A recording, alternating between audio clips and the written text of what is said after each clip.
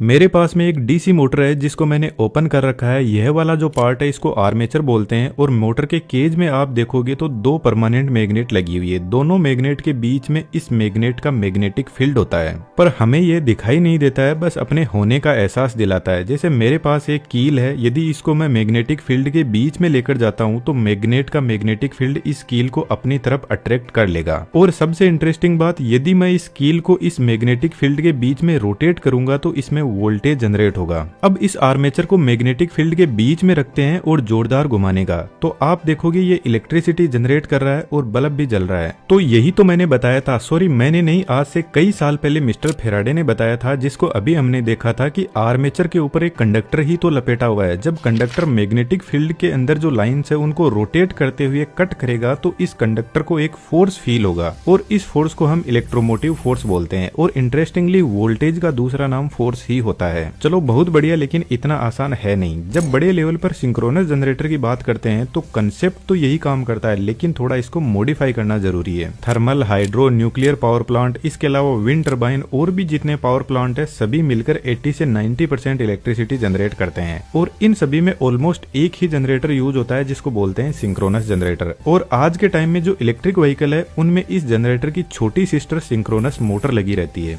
अब मैं तो यही कहूंगा कि इस वीडियो को बिना स्किप किए हुए पूरा देखना, आपके आधे अधूरे पूरे कंसेप्ट क्लियर हो जाएंगे।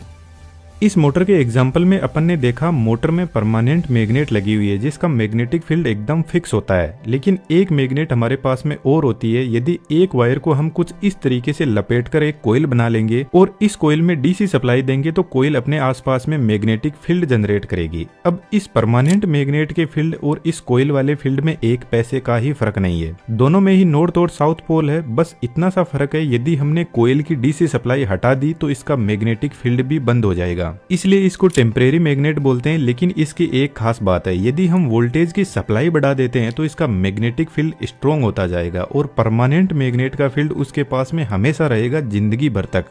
अब उसको इंक्रीज तो नहीं कर सकते, लेकिन टाइम के साथ में वह कमजोर जरूर हो जाएगा। यह एक छोटी मोटर है, इसलिए इसकी वाइंडिंग रोटर पर की हुई है, तो वाइंडिंग रोटेट करती है और मैग्नेट फिक्स होती है। लेकिन जब हम सिंक्रोनस जनरेटर पर पहुंचते हैं तो एक synchronous generator 1500 mega volt ampere power generate करता है, जो साइज में काफी बड़े होते हैं। और इतने बड़े जनरेटर में यदि आर्मेचर वाइंडिंग हमने रोटर पे लगा दी तो यह तबाही मचा देगा, क्योंकि इंडिया में थर्मल पावर प्लांट पे लगा हुआ सिंक्रोनस जनरेटर 3000 आरपीएम की स्पीड में रोटेट करता है। और इतनी हाई स्पीड में आर्मेचर वाइंडिंग यदि रोटेट करेगी और बाय चांस इसका कोई पार्ट इतनी स्पीड में खुल जाए तो बंदूक की गोली की स्पीड से जाएगा। और इतनी हेवी मशीन रोटेट करेगी